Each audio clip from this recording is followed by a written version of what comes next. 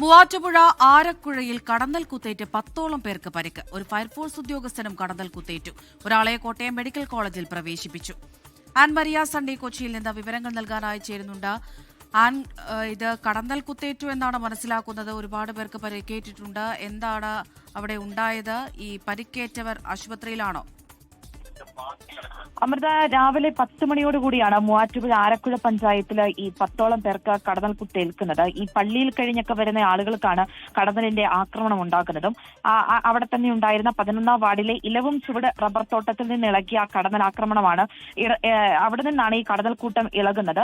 പിന്നീട് ആ ഭാഗത്തേക്ക് വഴികയായിരുന്ന പള്ളിയിൽ കഴിഞ്ഞൊക്കെ വരികയായിരുന്ന ആളുകളെ ആക്രമിക്കുകയായിരുന്നു. ഏകദേശം 10ഓളം പേർക്ക് ആക്രമണം ഉണ്ടായിട്ടുണ്ടായെന്നാണ് മനസ്സിലാക്കാൻ വേണ്ടി സാധിക്കുന്നത്. അതിൽ ഒരാൾക്ക് പരിക്ക് അല്പം ഗുരുതരമായതിനാൽ കോട്ടയം മെഡിക്കൽ കോളേജിലേക്ക് മാറ്റിയിട്ടുണ്ട്. ബാക്കിയുള്ളവരൊക്കെ പ്രാഥമിക ചികിത്സ തേടി തിരികെ വീട്ടിലേക്കും പോയിട്ടുണ്ട്.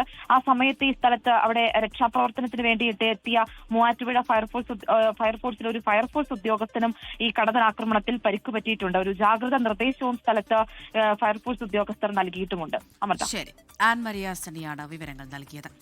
ലോകത്തെവിടെയായാലും ഏത് സമയത്തും 24 വാർത്തകളും ഓഗ്മെന്റഡ് റിയാലിറ്റി പാക്കേജുകളും എക്സ്പ്ലെയിനറുകളും വിശദമായി കാണാൻ ഞങ്ങളുടെ യൂട്യൂബ് ചാനൽ നിങ്ങൾക്ക് സബ്സ്ക്രൈബ് ചെയ്യാം.